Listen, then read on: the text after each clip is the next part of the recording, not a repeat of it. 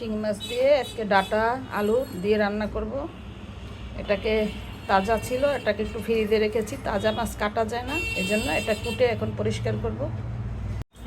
বাবা, শিং মাছ পরিষ্কার করে নিয়েছি। ঢাকা শহরে শিং মাছ পরিষ্কার করা অনেক কঠিন, তারপর অত একটা হয়নি। দেখুন শিং মাছে কীভাবে রক বের করে নিয়েছি। এই যে এখানে কেটে গলার এখানে এরকম কাটলে বড় বড় রক বের হয়ে যাবে। এই যে কত বড় বড় রক। ডাঁটাটা একটু সেদ্ধ করে নিচ্ছি, কারণ ডাঁটার মধ্যে একটা লবণ লবণ ভাব থাকে, সেদ্ধ করলে এই ভাবটা আর থাকবে না শিং মাছ দিয়ে রান্না করার জন্য। শিং মাছটা একটু ভাজা নিতেছি, কারণ চাষের মাছ তো না ভাজলে ভালো লাগবে না। ডাঁটা আর আলুটা একটু ভাজা নিতেছি।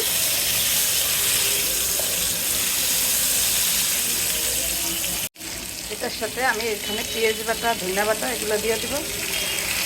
কাঁচামরিচও দিয়েছি ঝালের জন্য। মশলাটা ভাজা হয়ে গেছে। এখানে হলুদের গুঁড়া, মরিচের গুঁড়া আর লবণ স্বাদ মতো। পানি দিয়ে কষাবো।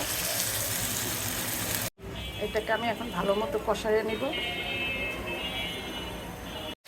এটা আমার ভালো করে কষানো হয়ে গেছে। ডাঁটা আলু তরকারি তো গরম পানি দিলে বেশি ভালো হবে। আমি এই জন্য আর এক চুলায় গরম পানি দিয়ে রেখেছি। এখন পানিটা দিয়ে দেবো, গরম পানি।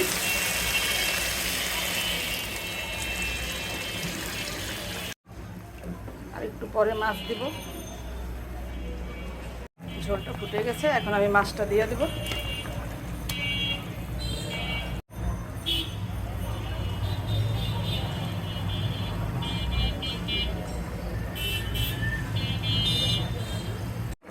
রান্নাটা হয়ে গেছে, এখন একটু ধনিয়া পাতা দিয়ে নামিয়ে দিব।